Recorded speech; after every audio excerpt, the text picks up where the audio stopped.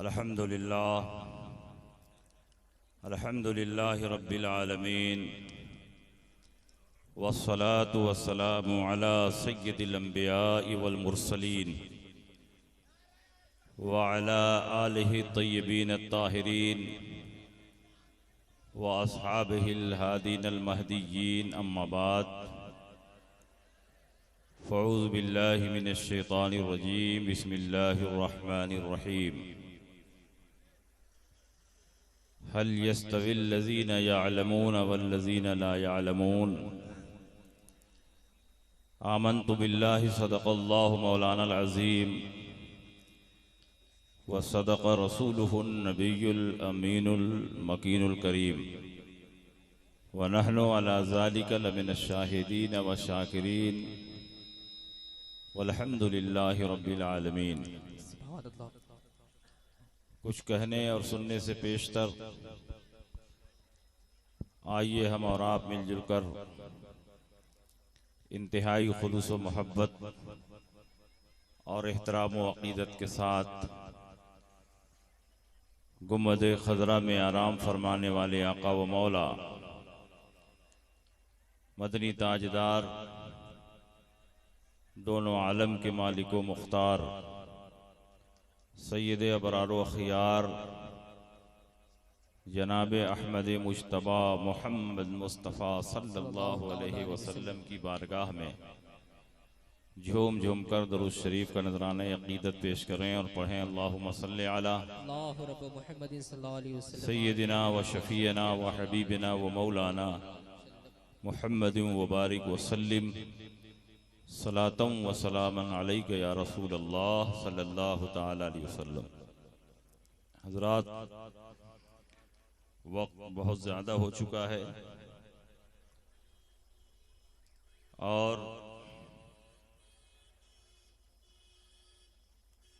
2 बज चुके हैं।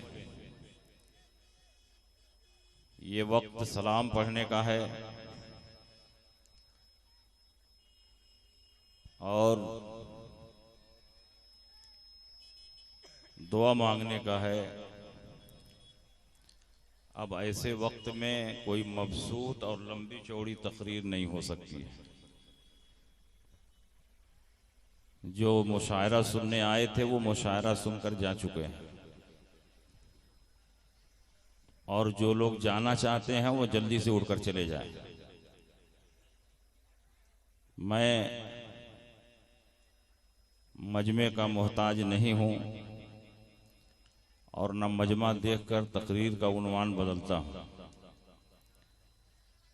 जो बयान करना है थोड़ी देर में इंशाअल्लाह बयान मुकम्मल होगा।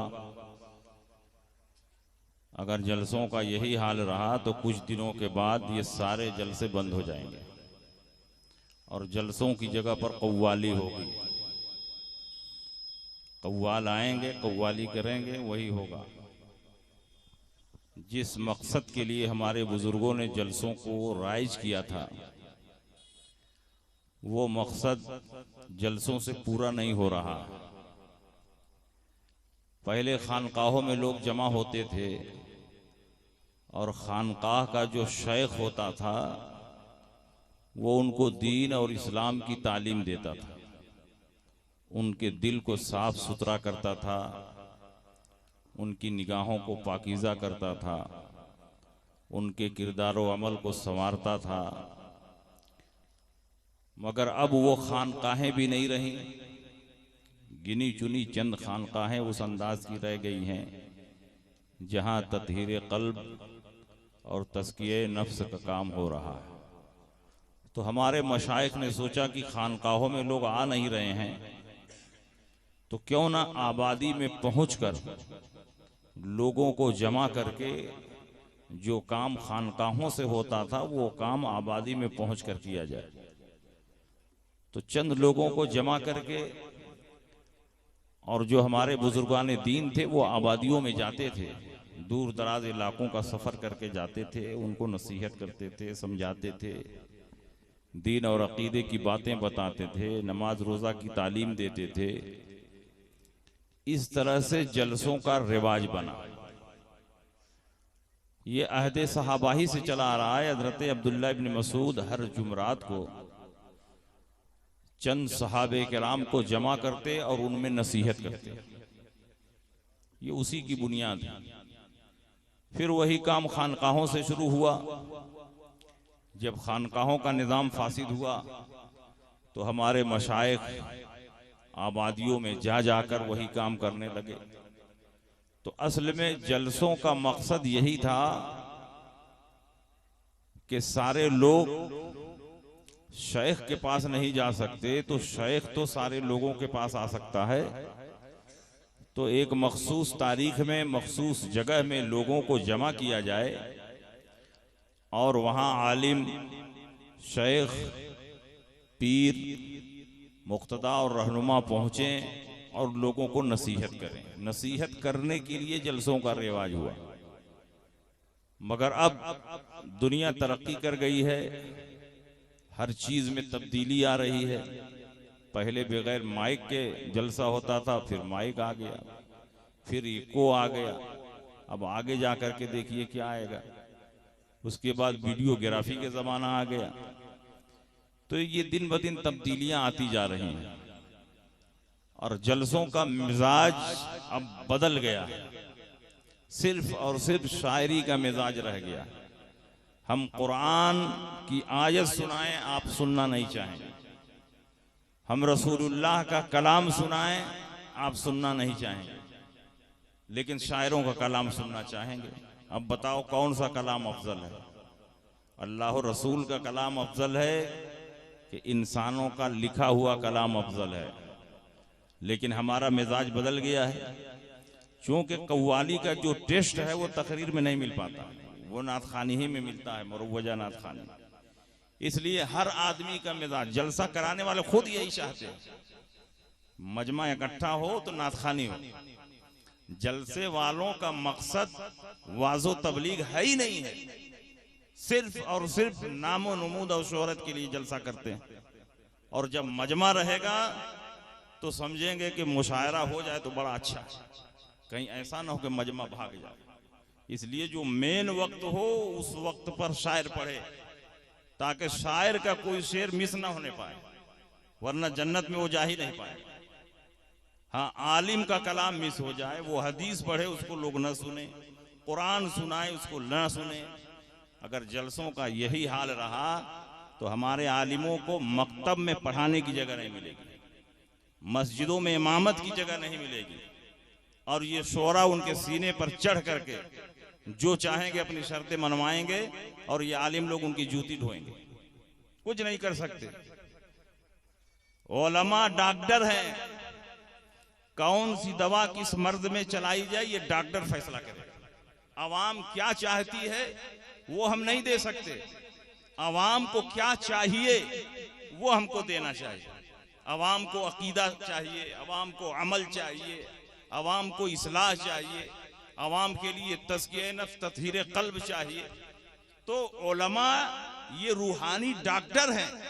अवाम के अंदर जो बदअमली और बदअकीदगी है उसको दूर करने के लिए तकरीर होनी चाहिए। ये नहीं कि अवाम क्या पसंद करती है। अवाम तो ये पसंद करती है कि कोई कॉमेडियन आए आके वो हंसाता रहे। तो अवाम अगर कॉमेडियन को पसंद करेगी तो क्या तुम कॉमेडियन को ले आओगे जलसे में? है? अवाम अगर कव्वाली पसंद करती है तो क्या तुम कव्वालों को बुला करके जलसा कराओगे? है? अवाम तो नाच गाना पसंद करती है, रक्सो सुरूर की महफिलें पसंद करती है। तो हमको अवाम की मर्जी पे नहीं चलना है, अवाम के मिजाज को किताब और सुन्नत की रोशनी में ढालना। और ये काम सिर्फ उलमा कर सकते हैं, और वो उलमा कर सकते हैं जो सही मानों में आलिम है। सिर्फ मदरसे से फारिग होने वाला आलिम नहीं होता है। उर्दू की चंद किताबें पढ़ के कोई आलिम नहीं बन सकता है। आलिम की तारीफ ये है जो अपनी जरूरत के तमाम मसाइल को बगैर किसी की मदद के किताबों से निकाल, किसी से उसको पूछना ना पड़े, किसी से समझना ना पड़े, किसी से मदद न लेनी पड़े। अपनी जरूरत के तमाम मसाइल वो किताबों से बगैर किसी मदद के निकाल ले, वो है आलिम। जिसको वजू का तरीका नहीं मालूम, जिसको नमाज के फराइज़ व वाजिबात का इल्म नहीं, मुसल्ले पर खड़ा हो गया, नमाज पढ़ा रहा है, तो न वो इमाम है ना आलिम, उसको पता ही नहीं कि सजदे सौ कब करना है कब नहीं करना है। जहां नहीं करना है वहां कर लेगा, जहां करना है वहां नहीं करेगा। और आप समझ रहे हैं कि 4 रकात पढ़ाना तो 4 रकात पढ़ा दिया। आप 4 रकात देखेंगे अंदर क्या किया है, क्या क्या गड़बड़ी हुई है, वो आप नहीं जानते। इसलिए जलसों का मिजाज बदलिए, अवाम के पैसे को काम में लाइए। इल्म की नाकदरी ये कौम को जवाल तक ले जाती है। जिस दौर में उलमा का एहतराम था, उलमा की ताज़ीम व तकरीम थी, बड़े बड़े बादशाह उनके कदमों को चूमते थे, उस दौर में इल्म का बोलबाला था। उस दौर में उलमा चीफ जस्टिस हुआ करते थे, बड़े बड़े बादशाह उनके सामने कटघरे में खड़ा होते थे और उलमा उनका फैसला करते थे। लेकिन इल्म की नाकदरी होती गई होती गई होती गई। अब तो हाल ये है कि मस्जिद के इमाम साहब के ऊपर 50 आदमी हुकूमत करने वाले। इमाम साहब, ये लोटे की टोटी क्यों पूरब है, पश्चिम नहीं है? बल्ब क्यों जल रहा? चटाई अब तक क्यों नहीं उठाई गई? मस्जिद में झाड़ू क्यों नहीं लगा? ये जोहला जिनको वजू बनाने का तरीका नहीं मालूम, ये उलमा पे हुकूमत कर रहे हैं। ये उसी का नतीजा है। आपको मैं एक वाकया सुनाऊं तो बड़ी हैरत होगी। एक बहुत बड़े खलीफा हैं, खलीफा हारून रशीद। खलीफा हारून रशीद का नाम सुना है? बहुत बड़े खलीफा। ये इल्मे हदीस की जो तदवीन नजर आ रही है, इसके पीछे खलीफा हारून रशीद का जबरदस्त किरदार है। खलीफा हारून रशीद ने अपने दौर में बड़े बड़े मुहद्दिसीन और फुक़हा को वजीफा देकर इस काम पर मुतय्यन किया कि जहां जहां रसूल पाक की हदीसें मिले सबको जमा किया जाए।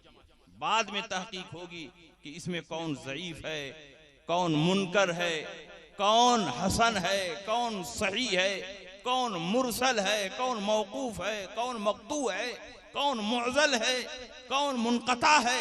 ये सारी तफसीलात बाद में तय की जाएंगी। अभी पहला काम यह है कि जिस जिस इलाके में, जिस मुल्क में, जिस मुहद्दिस के पास रसूल पाक की कोई भी हदीस हो, पहले उस हदीस को जमा करो और हदीस को महफूज करने का काम करो, ताकि कलामुल्लाह जिस तरह क़यामत तक के लिए महफूज हो चुका है और अल्लाह ने उसकी हिफाजत का वादा फरमाया है, उसी तरह कलामुर रसूल भी हमेशा हमेशा के लिए महफूज हो जाए। बड़े बड़े उलमा मुहद्दिसीन इस काम पर लगाए गए और खलीफा ने बाकायदा उनके लिए तनख्वाह जारी की, उनके लिए वजीफे जारी किए। ये उलमा दूर दराज का सफर करते एक एक हदीस को लेने के लिए। मालूम हो जाता कि बसरा में फला मुहद्दिस के पास एक हदीस है, वहां का सफर करके एक हदीस को हासिल करते। मालूम हुआ कि यमन में एक हदीस है। अगर इस सिलसिले में वाकयात बयान करें तो बेशुमार वाकयात कि किस मुहद्दिस ने और किस सहाबी ने सिर्फ एक हदीस लेने के लिए कहां का सफर। तो हदीसें जमा हुई और खलीफा हारून रशीद ने उसी के साथ ये भी फरमान जारी किया कि जिन जिन लोगों ने गढ़ कर रसूल पाक की हदीसों में अपनी बातें मिला दी हैं उनको भी पकड़ा जाए, क्योंकि उस दौर में बड़े बड़े वज़ाए हदीस भी थे जो हदीसें गढ़ कर उम्मत में फैला देते थे ताकि लोगों का अकीदा बर्बाद हो। हुजूर पाक ने नहीं फरमाया, लेकिन वो कहते थे रसूल पाक ने ऐसा फरमाया और अरबी में पूरा कलाम सेट कर देते थे। ऐसे लोगों को भी गिरफ्तार करने का सिलसिला जारी हुआ। उसी दौर में खलीफा हारून रशीद ने जब आर्डर जारी किया कि जितने हदीस गढ़ने वाले हैं चुन चुन कर उनको मेरी बारगाह में लाया जाए, दरबार में खड़ा किया जाए। एक हदीस गढ़ने वाला पकड़ कर लाया गया। अमीरुल मोमिनीन खलीफा हारून रशीद ने कहा इसकी गर्दन मार दी जाए। उसने कहा या अमीरुल मोमिनीन लिमा तक़तुलूनी, ऐ अमीरुल मोमिनीन क्यों मुझे कत्ल करेंगे? तो अमीरुल मोमिनीन ने कहा उरीहुल इबाद मिनका, मैं तुमसे अल्लाह के बंदों को निजात देना चाहता हूं, राहत पहुंचाना चाहता हूं। जब तक तू जिंदा रहेगा रसूल पाक के नाम पर झूठी हदीसें फैलाएगा, जिस बात को रसूल पाक ने नहीं फरमाया है तू अपनी जबान से कह के तू ये कहेगा कि रसूल पाक ने ऐसा फरमाया, और लोग उसको हदीस समझकर अमल करेंगे, उसी के मुताबिक अकीदा बना लेंगे, अमल भी बर्बाद होगा, अकीदा भी बर्बाद होगा। इसलिए मैं चाहता हूं कि पूरी उम्मत को तुझसे निजात दे दूं। गर्दन मार दी जाए, उसने देखा कि मेरी गर्दन मार दी जाएगी, उसने तरकश का आखिरी तीर फेंका, उसने कहा या अमीरुल मोमिनीन मिन ऐना अंत मिन अल्फ हदीसिन वज़अतुहा अला रसूलिल्लाह सल्लल्लाहु अलैहि वसल्लम मा फीहा हरफुन नतक़ा बिही रसूलुल्लाह। आप मुझे मार तो देंगे, लेकिन उन हजारों हजार हदीसों का क्या होगा जिन हदीसों को गढ़ कर मैंने उम्मत में फैला दिया है और लोगों का अकीदा बन गया है कि ये रसूलुल्लाह की हदीसें हैं। आप मुझे मार देंगे तो कौन बताएगा कि ये हदीस मैंने गढ़ी है। आप मुझे जिंदा रखेंगे तो कम से कम मैं निशानदेही तो कर दूंगा कि ये हदीस मैंने गढ़ी है, ये हदीस मैंने गढ़ी है, ये हदीस मैंने गढ़ी है। इसलिए मुझे न मारें, मुझे जिंदा रखें ताकि मैं निशानदेही कर दूं कि किन किन हदीसों को गढ़ कर मैंने उम्मत में फैला दिया। अमीरुल मोमिनीन की गैरत ईमानी देखो, रसूलुल्लाह की हदीस पर उसका मजबूत ईमान देखो, मुहद्दिसीन पर उसका एतकाद देखो। खलीफा हारून रशीद ने कहा कि जो हदीसें गढ़ सकता है वो निशानदेही में भी तो झूठ बोल सकता है, लिहाजा अब हम तुम्हारी किसी बात का एतबार और भरोसा करेंगे ही नहीं। और जहां तक हदीसों को पहचानने का सवाल है कि कौन रसूलुल्लाह की हदीस है और कौन तुम जैसे झूठों की गढ़ी हुई हदीस है, तो इसके लिए तेरी निशानदेही की जरूरत नहीं। मिन ऐना अंत या अदुवल्लाह मिन अबी इसहाक अल-फज़ारी व अब्दुल्लाह इब्न अल-मुबारक यनखुलानहा नखलन। ऐ अल्लाह के दुश्मन, तू किस खुशफहमी में मुब्तला है। हदीसों की निशानदेही के लिए तेरी जरूरत नहीं। जब अल्लाह ने हमारे दरमियान अबू इसहाक अल-फज़ारी और अब्दुल्लाह इब्न मुबारक जैसे मुहद्दिसीन को पैदा कर दिया है तो वो तेरी गढ़ी हुई हदीसों को ऐसे ही छांट कर फेंक देंगे जैसे चलनी भूसी को निकाल कर फेंक देती है। इसलिए तेरी निशानदेही की जरूरत नहीं। और यही काम हुआ। अब्दुल्लाह इब्न मुबारक जो अमीरुल मोमिनीन फिल हदीस है, अबू इसहाक अल-फज़ारी जो अपने जमाने के जबरदस्त नाकिद है, हाफिजुल अहदीस हैं, इन लोगों ने जहां रसूल पाक की हदीसों को महफूज किया वहीं रसूल पाक की हदीसों को गढ़ी हुई मनगढ़ंत और फर्जी हदीसों से भी बचा लिया। ये अल्लाह का एहसान अजीम है कि ऐसे मुहद्दिसीन हमारे दरमियान अगर पैदा न हुए होते तो आज इम्तियाज मुश्किल हो जाता कि कौन रसूलुल्लाह की हदीस है और कौन वज़ाए हदीस की गढ़ी हुई हदीस। तो इन मुहद्दिसीन का एहसान अजीम है। अमीरुल मोमिनीन खलीफा हारून रशीद जिसने इतना अजीम काम किया कि हदीसों का दफ्तर तैयार किया, पूरी सल्तनत इस्लामिया में जहां जहां पूरी सल्तनत इस्लामिया में जहां जहां उलमा और मुहद्दिसीन थे उनके पास हदीसें थीं। उलमा और मुहद्दिसीन को भेज भेज कर उन सारी हदीसों को जमा किया ताकि रसूल पाक की एक भी हदीस ज़ाया न हो। जैसे कलामुल्लाह क़यामत तक के लिए महफूज हो चुका है, उसी तरह रसूल पाक का कलाम भी हमेशा हमेशा के लिए महफूज हो जाए। आज हमारे पास जो हदीसों का जखीरा है ये उन्हीं बुजुर्गान दीन की खिदमत का नतीजा। लेकिन खलीफा हारून रशीद उलमा का कितना एहतराम करता था, जिसने दीन का इतना अजीम शान काम किया, जिसके नाम से बड़ी बड़ी ईसाई सल्तनतें कांपती थीं, उसके दिल में उलमा का इतना एहतराम, सादात की ऐसी ताजीम कि जब उलमा और सादात उसके दरबार में जाते तो उनकी ताजीम में खड़ा हो जाता। आज तो मदरसे का मामूली मैनेजर सदरुल मुदर्रिसीन को देखकर अपनी पीठ हिलाने के लिए भी तैयार है। मसनद पर मैनेजर बैठता है और अपने मदरसे के मुदर्रिसीन को और अपनी मस्जिद के इमामों को मसनद के बाहर बैठाता। बताओ ये इल्म की नाकदरी है कि नहीं? जब उलमा की इज्जत तुम्हारी नजर में नहीं होगी तो इन उलमा के पीछे तुम्हारी नमाज कैसे होगी? जिस आदमी को आदमी अजीम समझता है उसी को मुसल्ले इमामत पर खड़ा करता है। जो आदमी तुम्हारी नजर में हकीर हो तुम उसके पीछे नमाज कैसे पढ़ रहे हो? इतनी अहम इबादत जिस आदमी के पीछे तुम अदा कर रहे हो उसकी कोई कदर व कीमत नहीं है। तो अमीरुल मोमिनीन खलीफा हारून रशीद के दिल में उलमा का इतना एहतराम कि जब उसके दरबार में उलमा पहुंचते थे तो उनकी ताज़ीम में खड़ा हो जाता था।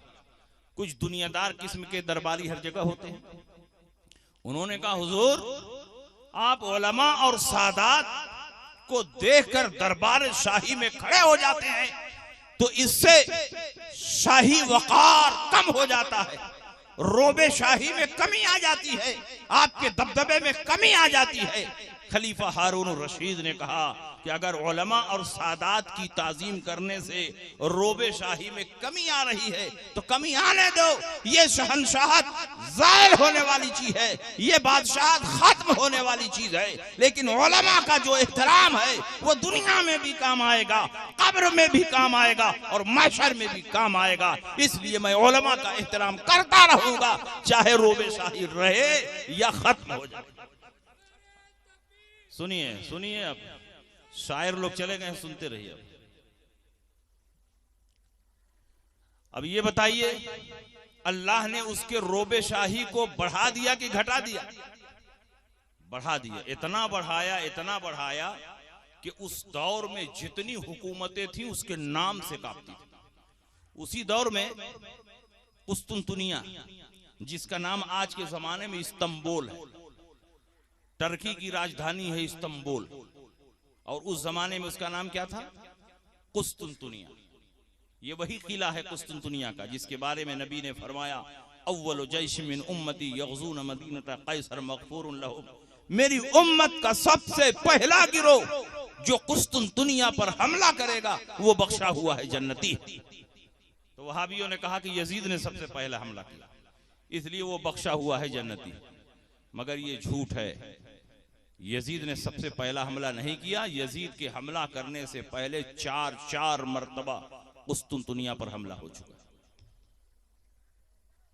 तो उसी कुस्तुनतुनिया के बारे में नबी अकरम सल्लल्लाहु अलैहि वसल्लम ने इरशाद फरमाया जो इस पर सबसे पहला हमला करेगा वो बख्शा हुआ है जन्नती। उस कुस्तुनतुनिया पर खलीफा हारून रशीद के जमाने में एक ईसाई औरत की हुकूमत कायम थी।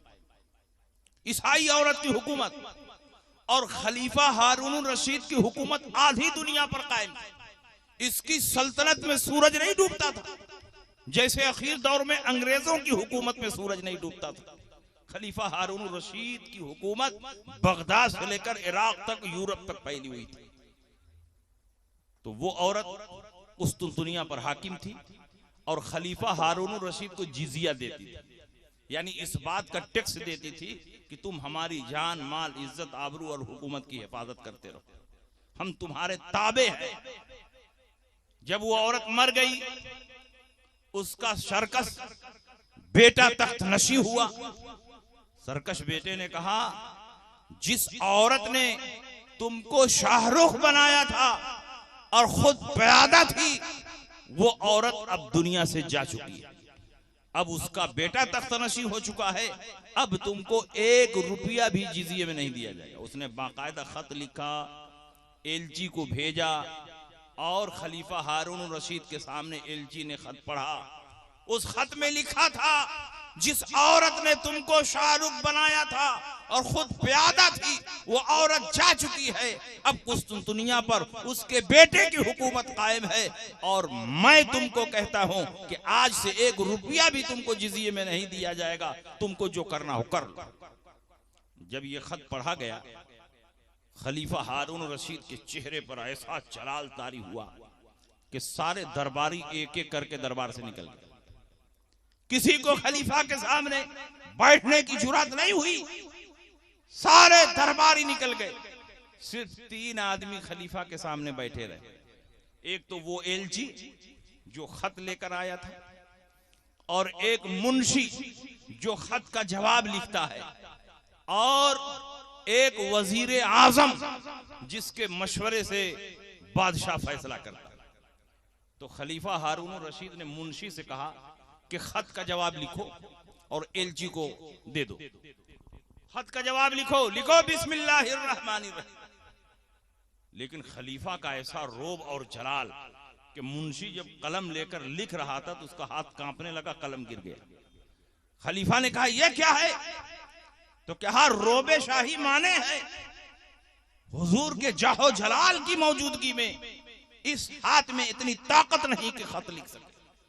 खलीफा ने कहा दरबार से बाहर जाओ। वजीर आजम से कहा तुम खत लिखो। वजीर आजम खत लिखने के लिए बैठा तो खलीफा ने कहा लिखो बिस्मिल्लाहिर्रहमानिर्रहीम, अमीरुल मोमिनीन खलीफतुल मुस्लिमीन हारूनुर रशीद की तरफ से। वजीर आजम खत लिख रहा है, उसका हाथ कांप रहा है। खत लिख रहा है, हाथ कांप रहा है। कहा यह क्या है?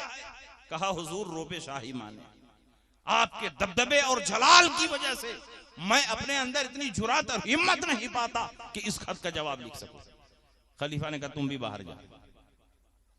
कागज कलम लिया और खुद ही खत का जवाब लिखना शुरू किया। बिस्मिल्लाहिर्रहमानिर्रहीम। जरा खत का मजमून सुनिए। बिस्मिल्लाहिर्रहमानिर्रहीम, अमीरुल मोमिनीन खलीफतुल मुस्लिमीन हारूनुर रशीद की तरफ से कुस्तुनतुनिया के फला कुत्ते के नाम। वहां उसका नाम लिख दिया, कुस्तुनतुनिया के फला कुत्ते के नाम। नीचे लिखा ओ फाहिशा के बेटे, तेरे खत का जवाब वो नहीं है जो तू पढ़े, तेरे खत का जवाब वो है जो अनकरीब तू अपनी आंखों से देखेगा। और उसके बाद लिफाफे में डाला, शाही मोहर लगाया, कहा ले जाओ अपने बादशाह को दे देना। कासिद लेकर निकला और इधर खलीफा हारून रशीद ने अपने सिपा सालारों कमांडरों को बुलाया, कहा तुम लोग फौरन तैयार हो जाओ और पूरी फौज लेकर चलो, मैं भी चलता। और इस कासिद के पहुंचने के साथ साथ कुस्तुनतुनिया पर हमला हो जाना चाहिए। इधर कासिद पूरी तेजी के साथ खत लेकर अपने बादशाह को खत देता है और इधर खलीफा हारून रशीद भी पूरी तेजी के साथ अपनी तमाम फौजों को, कमांडरों को, सिपा सालारों को लेकर निकला और कुस्तुनतुनिया को चारों तरफ से घेर लिया। बादशाह उसी दौरान जबकि खत पढ़ रहा था, सिपाहियों के जरिए इत्तला मिली कि खलीफा हारून रशीद की फौजों ने कुस्तुनतुनिया को और किले को चारों तरफ से घेर लिया। बादशाह अपनी फौज लेकर खलीफा हारून रशीद के मुकाबले के लिए निकला, लेकिन खलीफा हारून रशीद से मुकाबला करना कोई आसान नहीं था। उस दौर की सबसे बड़ी और सुपर पावर ताकत का नाम खलीफा हारून रशीद। थोड़ी देर जंग हुई और वो ईसाई बादशाह हाथों में हथकड़ियां और पैरों में बेड़ियां डाले हुए खलीफा हारून रशीद की फौजों ने उसको घसीट कर खलीफा हारून रशीद के सामने पेश कर दिया। कहा क्यों इसी ताकत के बलबूते पर इतरा रहे थे? जिजिया देने से तुमने इनकार किया था। उसने कहा हुजूर माफ फरमा दे, गलती हो गई, अब आइंदा सरताबी नहीं करूंगा, आपके हुक्म की खिलाफ वर्जी नहीं करूंगा। जैसे मेरी माँ जिजिया देती रही मैं भी देता रहूं। आप मेरे तख्त को बख्श दें, ताज को बख्श दें, मेरी जमीन छोड़ दें। खलीफा को रहम आया, उसने कहा इसका तख्त ताज बख्श दो, इसका किला इसके हवाले कर दो, इसका मुल्क इसके हवाले कर दो। चलो वापिस चले। अभी एक ही मंजिल पहुंचे थे कि ईसाई बादशाह ने फिर सरताबी की। उसके दिमाग में यह आया कि मैंने पूरी प्लानिंग से जंग नहीं की इसीलिए हार गया, अब पूरी प्लानिंग से लड़ूंगा तो जीत जाऊंगा। तो ईसाई बादशाह ने अपनी तमाम फौजों को इकट्ठा किया। खलीफा हारून रशीद को मालूम हुआ कि फिर वो सरताबी कर रहा है और जिजिया देने से इनकार कर रहा है, मुझको ललकार रहा है। खलीफा ने कहा फिर चलो। तमाम फौजों को लेकर हारून रशीद गए और कुस्तुनतुनिया में घमासान की लड़ाई हुई और चंद घंटों में वो ईसाई बादशाह निहायत जिल्लत और रुसवाई के साथ उसके हाथों में हथकड़ियां, पैरों में बेड़ियां डालकर खलीफा की फौजों ने खलीफा के सामने उसको पेश कर। खलीफा ने कहा क्यों? तुमने कहा था सरताबी नहीं करेंगे। कहा हुजूर गलती हो गई, माफ कर दे। कहा मुझसे जीतना नामुमकिन है, जब जब मेरे मुकाबले में आओगे ऐसे ही जिल्लत और रुसवाई के साथ तुम घसीट कर मेरे सामने लाए जाओगे। फिर उसने माफी मांगी, हुजूर मेरे तख्त को बख्श दें, ताज को बख्श दें, जमीन को बख्श दें, मेरी कंट्री मेरे हवाले कर दें। खलीफा ने उसका मुल्क उसके हवाले किया, उसका तख्त ताज उसके हवाले किया और उसके बाद वापिस आ गए। आप जरा अंदाजा लगाओ, जो उलमा का एहतराम कर रहा था, सादात की ताजीम कर रहा था, और दुनियादार दरबारी कहते थे कि उलमा और सादात की ताजीम करने से रोबे शाही में कमी आती है, आपके दबदबे में कमी आती है, आपके वकार शाही में कमी आती है। तो अल्लाह ने उसकी अजमत को इतना बढ़ा दिया कि उस दौर की बड़ी बड़ी ईसाई सल्तनतें उसका मुकाबला करने से आजिज थी, और इतने तोहफे तहाइफ खलीफा को पेश करती थी ये हुकूमतें कि कहीं खलीफा नाराज ना हो जाए। इसी खलीफा को जब अपने बेटे के लिए उस्ताद का इंतखाब करना हो, तो उस दौर के सबसे बड़े कारी कुर्राए सबा में से एक हजरत इमाम किसई रजी अल्लाह ताला अन्हु, जो इमाम मोहम्मद के खालाजाद भाई हैं, उनका इंतखाब किया और कहा, हुजूर आप मेरे दरबार में पहुंचकर मेरे बच्चे को तालीम देंगे, आप शाही उस्ताद और अतालीक मुकर्रर हो जाएं, आपका शाही वजीफा मुकर्रर कर दिया जाएगा, आप मेरे दरबार में तशरीफ लाएं और मेरे बच्चे को तालीम दें। उस दौर के उलमा भी कितने खुददार थे। हजरत इमाम किसई ने फरमाया, जब तक मुझे सूखी रोटी खाने को मिल रही है, मैं दरबार शाही में पहुंचकर अपने इल्म को बेचने के लिए तैयार नहीं हूं। जैसे सबके बच्चे मेरी झोपड़ी में आकर पढ़ते हैं, अगर तुम मुझसे पढ़वाना चाहते हो तो अपने बच्चे को भी मेरी झोपड़ी में भेज दो, वहीं पढ़ा दो। बादशाह ने कहा, हुजूर मेरी एक शर्त तो मान ले, जब मेरा बच्चा आपके यहाँ पढ़ने जाए तो उस वक्त किसी का दर्स ना हो, सिर्फ मेरे बच्चे का दर्स हो। हजरत इमाम किसई ने फरमाया कि यह शर्त भी मंजूर नहीं, जो पहले जाएगा उसका सबक पहले होगा और जो बाद में जाएगा उसका सबक बाद में होगा, चाहे वो खलीफा का बेटा ही क्यों।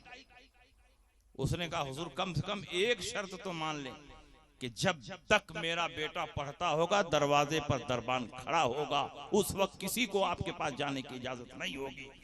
खलीफा हारून रशीद ने कहा, यह भी मंजूर नहीं है, मेरे दरवाजे पर कोई दरबान नहीं होता है और मुझे ये पसंद भी नहीं है, इसलिए जब मैं दर्स दूंगा तो उस वक्त दरवाजे पर कोई हाजिब और दरबान नहीं रहेगा। अगर तुमको बिला शर्त अपने बेटे को भेजना हो तो भेजो, वरना अपने दरबार शाही में किसी का इंतखाब कर लो। लेकिन अच्छे उस्ताद थे, काबिल उस्ताद थे, उस दौर के बहुत बड़े कारी थे, और उस दौर के जो कुर्रा होते थे सिर्फ कारी नहीं होते थे बल्कि बहुत बड़े फकीह भी होते थे, बहुत बड़े मुहद्दिस भी होते थे। फन्ने क़िरात में उनका मकाम बहुत नुमाया होता था, इसलिए उनको कारी और इमामुल क़िरात से याद किया जाता था, वरना जुमला उलूम व फ़नून पर उनको महारत ताम्मा हासिल होती। तो उसने कहा, ठीक है हुजूर, मुझे हर हाल में आप ही से अपने बच्चे को तालीम दिलवाना, इसलिए आपके पास मेरा बेटा जाकर पढ़ेगा, वहीं रहेगा, आप उसे तालीम भी दें और तरबियत भी दें। मेरा बेटा आपके पास पढ़ेगा, हमको अच्छे उस्ताद की जरूरत है, अच्छे उस्ताद की मैं कदर करता हूं। खलीफा हारून रशीद के पास, खलीफा हारून रशीद का बेटा इमाम किसई के पास आकर तालीम हासिल करने लगा।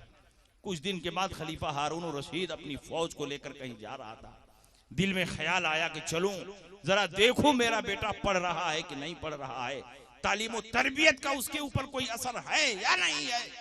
खलीफा हारून रशीद अपनी शाही फौज को छोड़कर पैदल चलता हुआ हजरत इमाम किसई रजी अल्लाह अन्हु के दरबार में पहुंचा। तो उस वक्त अजान हो चुकी थी, इमाम किसई वजू फरमा रहे थे और खलीफा का बेटा लोटे से उनके पांव पर पानी गिरा रहा था।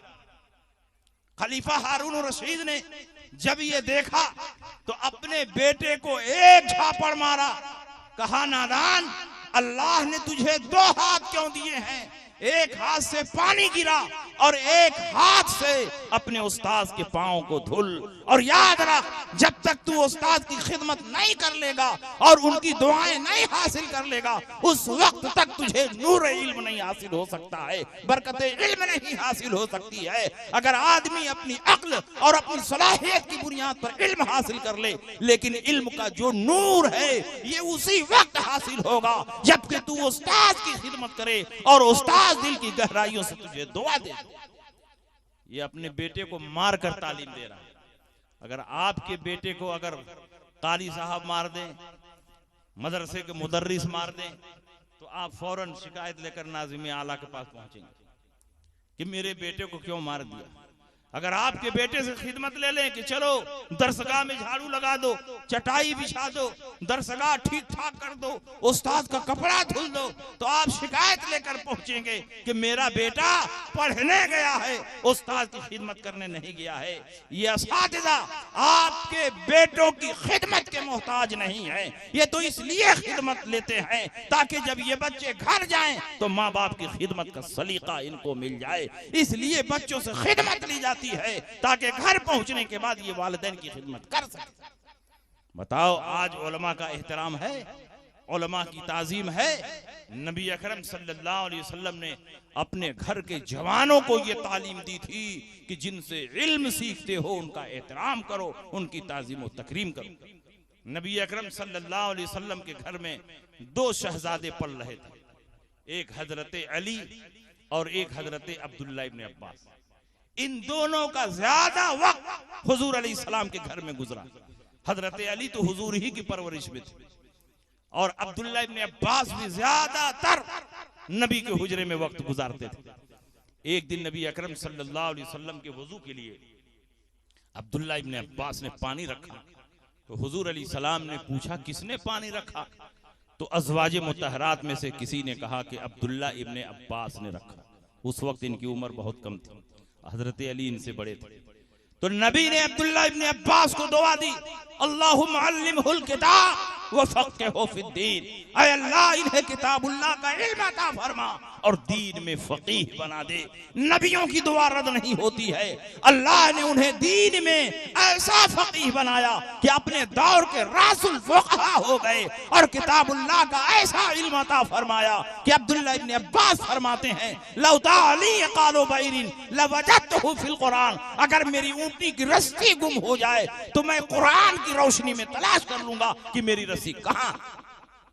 अगर आप पूरा बनारस तलाश करना चाहें तो कुरान की रोशनी में नहीं तलाश कर सकते, पूरा इंडिया तलाश करना चाहें तो नहीं तलाश कर सकते। हालांकि कुरान में हर चीज का बयान है, वला रत्बिन वला याबिसिन इल्ला फी किताबिम मुबीन। अल्लाह ने फरमा दिया हर रत्बो याबिस को हमने किताबुल्लाह में जमा फरमा दिया है। मा फर्रतना फिल किताबि मिन शै, हमने किताबुल्लाह में किसी चीज को नहीं छोड़ा है। अल्लाह का बयान है और अल्लाह का इरशाद है, तिबयानन लिकुल्लि शै व नज़्ज़लना अलैकल किताब तिबयानन लिकुल्लि शै। हमने आप पर ऐसी किताब नाजिल फरमाई जिसमें हर चीज का बयान है। तो हमारा तो ईमान है कि कुरान में हर चीज का बयान है, हर चीज का बयान है। लेकिन समझना और न समझना ये हमारी सलाहियत पर डिपेंड करता है। हर आदमी कुरान अजीम की रोशनी में हर मसले को नहीं समझ सकता और हर चीज को नहीं परख सकता है। लेकिन अल्लाह ने जिनको किताबुल्लाह का इल्म अता फरमाया है और उसमें गहराई अता फरमाई है, वो एक एक चीज को किताबुल्लाह की रोशनी में तलाश कर लेते हैं। एक यहूदी हजरत अली के पास आया। यहूदी की दाढ़ी बहुत थोड़ी थी, थोड़ी पर थोड़ी सी दाढ़ी थी, और हजरत अली की दाढ़ी बहुत लंबी और घनी थी। उस यहूदी ने कहा, ए अली, तुम लोगों का ईमान है कि कुरान में हर चीज का बयान है? हजरत अली ने कहा, बेशक कुरान में तिबयानन लिकुल्लि शै है, हर चीज का बयान है। तो कहा, जब कुरान में हर चीज का बयान है तो मेरी मुख्तसर दाढ़ी और तुम्हारी घनी दाढ़ी का भी कुरान में कहीं जिक्र है? हजरत अली का दिमाग देखो, ज़हानत देखो। हजरत अली फरमाते हैं, और हजरत अली कोई मामूली मौलवी नहीं है, हजरत अली बाबुल इल्म हैं, फातिह खैबर हैं, दामाद पैगंबर हैं, शेर खुदा हैं। उनके सीने पर हाथ रखकर नबी ने फरमाया था, अल्लाहुम्मा इहदि क़ल्बा, ऐ अल्लाह अली के सीने को रोशन फरमा। तो अली का सीना इतना रोशन हुआ कि अली का सीना इल्म नबी का मदीना बन गया। हजरत अली फरमाते हैं, तेरी मुख्तसर दाढ़ी और मेरी घनी दाढ़ी का भी जिक्र कुरान में है। कुरान में ये आयत करीमा तुमने नहीं पढ़ी? वल बलदु तय्यबु यखरुजु नबातुहु बिइज़्नि रब्बिही वल्लज़ी खबुसा ला यखरुजु इल्ला नकदा। जो पाकीज़ा और सरसब्ज़ो शादाब जमीन होती है उसमें हरियाली खूब उगती है, और जो बंजर और नापाक जमीन होती है उसमें इक्का दुक्का सब्ज़े उगते हैं।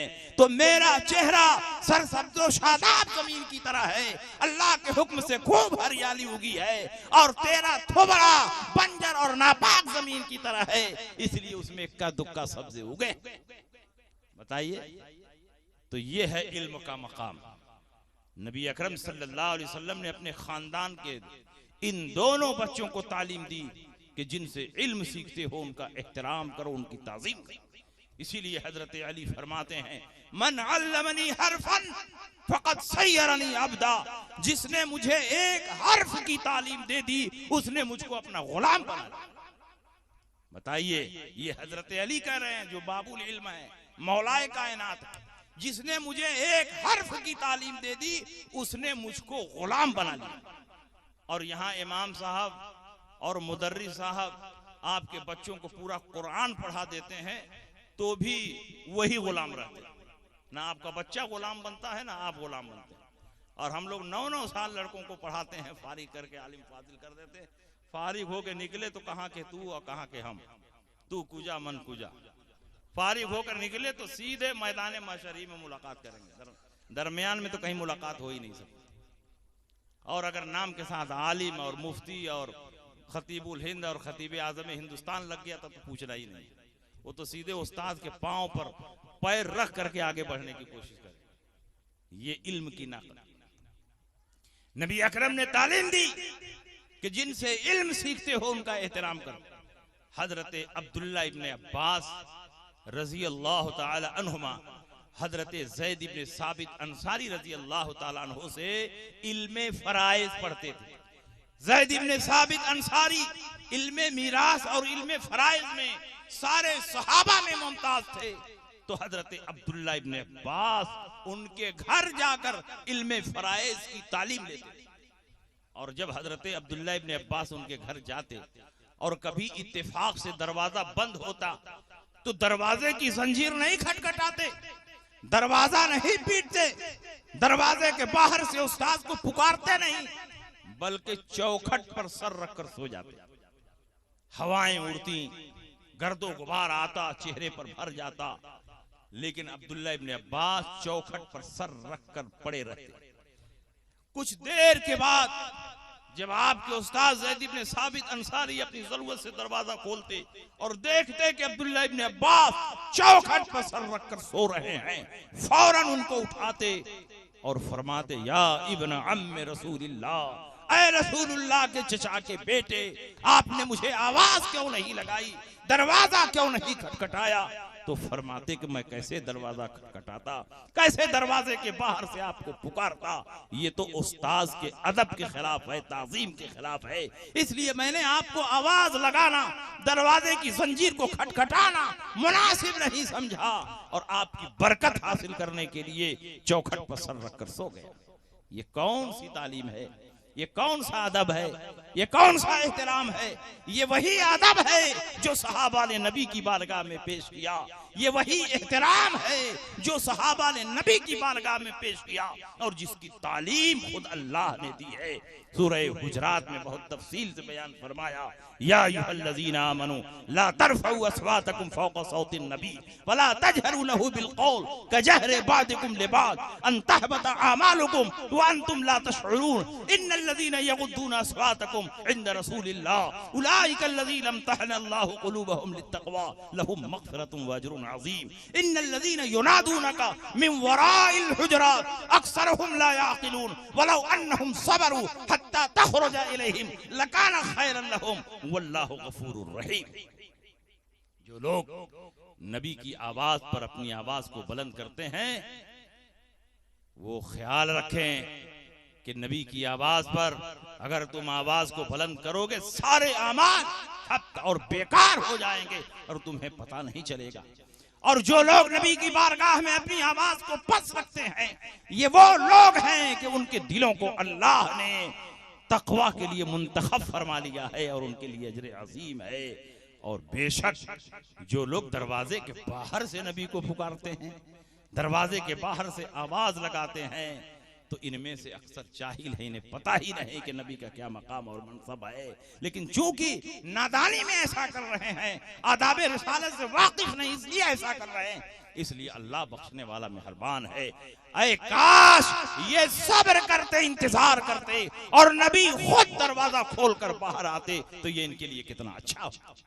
तो जो तालीम अल्लाह ने सहाबा को दी नबी की बारगाह में अदब पेश करने के लिए, अब्दुल्ला इब्न अब्बास ने वही अदब अपने उस्ताद की बारगाह में पेश किया है। हजरत अब्दुल्ला इब्न अब्बास की एक अदा और सुन ले। यही ज़ैद इब्न साबित अंसारी घोड़े पर सवार होकर कहीं जा रहे थे और अब्दुल्ला इब्न अब्बास घोड़े की लगाम पकड़कर आगे आगे चल रहे थे। जब ज़ैद इब्न साबित अंसारी ने गौर से देखा तो ये देखा कि ये तो अब्दुल्ला इब्न अब्बास हैं जो मेरे घोड़े की रस्सी पकड़कर चल रहे हैं। तो फौरन घोड़े से नीचे आए, कहा या इब्न अम्मे रसूलुल्लाह, ऐ रसूलुल्लाह के चचा के बेटे, आप मेरे घोड़े की रस्सी पकड़कर लगाम पकड़कर चल रहे हैं। अगर मैदाने महशर में अल्लाह ने मुझसे ये सवाल कर लिया कि मेरे नबी के खानदान के नौजवान दुनिया में इसीलिए भेजे गए थे कि तुम उनसे अपने घोड़े की लगाम खिंचवाओ, रस्सी खिंचवाओ, तो रब की बारगाह में मैं क्या जवाब दूंगा। हजरत अब्दुल्ला इब्न अब्बास ने फरमाया कि फिक्र करने की जरूरत नहीं, नबी ने हमें यह तालीम दी है कि जिनसे इल्म सीखते हो उनकी खिदमत भी करो और उनका एहतराम भी करो। अपने उस्ताद के घोड़े की रस्सी को खींचना यह उस्ताद की खिदमत भी है और उस्ताद का एहतराम भी है। ये तालीम तो खुद नबी ने हम खानदान वालों को दी है। ज़ैद इब्न साबित अंसारी घोड़े से नीचे आए, उनके हाथ को बोसा दिया, उनके पांव को बोसा दिया, कहा अगर नबी ने अपने खानदान के जवानों को अदब सिखाया है और ये तालीम दी है तो हम सहाबा को भी ये अदब सिखाया है और ये तालीम दी है कि इस तरह सादात का एहतराम करते हैं, इस तरह खानदान नबुव्वत के अफराद का एहतराम करते हैं। हजरत ज़ैद इब्न साबित ने उनके हाथ को भी बोसा दिया और उनके पांव को भी बोसा। बताइए ये ताजीम, ये एहतराम, ये अदब आजकल के शागिर्दों में है? नहीं है। इसीलिए वो इल्म से महरूम हैं, इसीलिए वो उस्ताद की कुर्बत से महरूम है। नबी अकरम सल्लल्लाहु ताला अलैहि वसल्लम ने इल्म हासिल करने के लिए अदब को बुनियादी पहलू करार दिया है। जब तक आदमी में अदब नहीं पैदा हो सकता उस वक्त तक वो इल्म नहीं हासिल कर सकता, और अगर इल्म हासिल कर ले तो नूर इल्म से कभी मुनव्वर व मुजल्ला नहीं हो सकता। इसलिए आप अपने बच्चों को दीनी तालीम दें, उनको आलिम बनाएं, और ये ना समझे कि मेरा बेटा आलिम बनेगा तो क्या खाएगा, मेरा बेटा आलिम बनेगा तो क्या पहनेगा, मेरा बेटा आलिम बनेगा तो कैसे अपना घर चलाएगा। उसकी तनख्वाह कम होगी, उसकी आमदनी कम होगी। आदमी की आमदनी और तनख्वाह उसकी कोशिश से नहीं मिलती है, रोजी अल्लाह की तकदीर से मिलती है। इंसान लाख कोशिश कर ले, जो तकदीर में रोजी लिखी है उतनी ही रोजी मिलेगी, और जितनी रोजी लिखी है उसमें से एक हब्बा और एक दाना कम नहीं हो सकता। नबी अकरम सल्लल्लाहु अलैहि वसल्लम ने इरशाद फरमाया, इन्न रूहल कुद्स नफसा फी रूई अन्न नफ्सन लन तमूत हत्ता तस्तकमिल रिज़्क़हा। रूहुल कुद्स ने मेरे दिल में इल्हाम किया है रब्बे कदीर की तरफ से कि किसी आदमी पर उस वक्त तक मौत तारी ही नहीं हो सकती जब तक अपनी रोजी का एक एक दाना ना पाले। जब तकदीर से जुड़ी हुई है रोजी रोटी तो आपको रोजी रोटी के लिए फिक्र करने की जरूरत नहीं है। आप अपने बच्चों को आलिम बनाओ। जो परवरदिगार आलम मछलियों को पानियों में रोजी दे रहा है, चूटियों को सुराखों में रोजी पहुंचा रहा है, परिंदों को फजाओं में रोजी दे रहा है, क्या वो इंसान अशरफुल मखलूकात को रोजी नहीं देगा? क्या वो उलमाए दीन और खादिमान शरीयत को रोजी नहीं देगा? जरूर देगा। रोजी तकदीर में लिखी हुई है, और जितनी रोजी अल्लाह ने ने लिख दी है, दुनिया की कोई ताकत उसमें कम नहीं कर सकती है।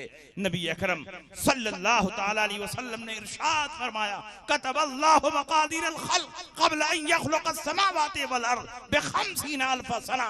अल्लाह ने जमीन और आसमान की तख्लीक से 50,000 साल पहले इंसानों की तकदीर लिख दी।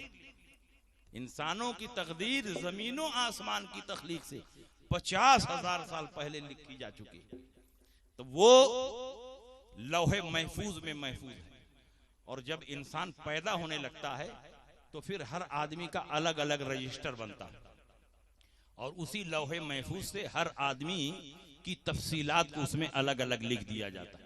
नबी अकरम सल्लल्लाहु अलैहि वसल्लम फरमाते हैं कि जब बच्चा अपनी माँ के पेट में आता है तो 40 दिन तक नुत्फे की सूरत में होता है और 40 दिन के बाद खूने बस्ता की सूरत में होता है और फिर 40 दिन के बाद मुदगा यानी लोथड़े की सूरत में हो जाता है। 40 120 दिन जब गुजर जाते हैं, फयबअसु इलैहि मलकन बिअरबइ कलिमात, तो अल्लाह एक फरिश्ते को 4 बातों के साथ भेजता है। फयक्तुबु रिज़्क़हु व अमलहु व अजलहु व शक़िय्युन औ सईद, तो वो फरिश्ता लिख देता है कि ये कितनी रोजी पाएगा, कितना अमल करेगा, कितना दिन दुनिया में जिंदा रहेगा और कब मरेगा, और ये दुनिया में शक़ी रहेगा या नेक बख्त रहेगा। तो जब परवरदिगार आलम ने लिख दिया है कि कितनी रोजी मिलनी है, तो आपको रोजी रोटी के लिए फिक्र करने की जरूरत नहीं है। जितनी रोजी अल्लाह ने मुक़द्दर फरमा दी है उतनी रोजी मिलकर रहेगी, और जब तक आपकी रोजी का एक दाना और एक कतरा बाकी है उस वक्त तक आपके ऊपर मौत तारी नहीं हो सकती। बताइए, जब रोजी रोटी का मसला इतना पुख्ता है, रोजी रोटी का मसला जब इतना अटल है, तो फिर रोजी रोटी के लिए परेशान होने की क्या जरूरत है। ये उलमा जिन्होंने इल्म दीन सीखा है, क्या ये अपने बच्चों को अच्छा नहीं खिलाते? क्या ये अपने बच्चों को अच्छा नहीं पहनाते? ये उलमा क्या खुद अच्छा कपड़ा नहीं पहनते, अच्छा खाना नहीं खाते? बाइज्जत तरीके पर ये बुलाए जाते हैं, हिंदुस्तान के मुख्तलिफ हिस्सों में ये जाते हैं। ये किसकी बरकत है? ये इल्म की बरकत है। आप हमारी ताजीम नहीं कर रहे हैं बल्कि इल्म की ताजीम कर रहे हैं, इल्म का एहतराम कर रहे हैं।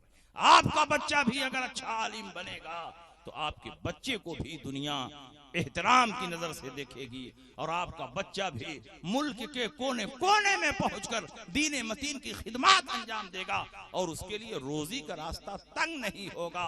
जो अल्लाह के दीन में लगा रहता है, परवरदिगार आलम गैब से उसकी मदद फरमाता है। लेकिन हमारा और आपका हाल यह है कि रोजी पर ईमान कमजोर हो गया है और अपनी कमाई पर भरोसा है। अगर एक फ्लैट बना लिया है तो कोशिश में है कि 2 फ्लैट हो जाए, 2 बन गया है तो कोशिश में है कि 3 फ्लैट हो जाए, मोटरसाइकिल है तो कोशिश में है कि 4 व्हीलर मिल जाए। नबी अकरम सल्लल्लाहु अलैहि वसल्लम ने फरमाया कि दीन के मामले में अपने से बेहतर को देखो और दुनिया के मामले में अपने से कमतर को देखो। तुम्हारे पास मोटरसाइकिल है, अपने से कमतर को देखो। किसी के पास साइकिल भी है, किसी के पास वो भी नहीं। अल्लाह का शुक्र अदा करो कि कम से कम उसने तुमको मोटरसाइकिल दिया। अगर 4 व्हीलर है तो तुम ये क्यों नहीं सोचते कि तुम्हारे नीचे कुछ ऐसे लोग भी हैं जिनके पास सिर्फ मोटरसाइकिल है, सिर्फ साइकिल है, लेकिन अल्लाह ने तुमको 4 व्हीलर दिया।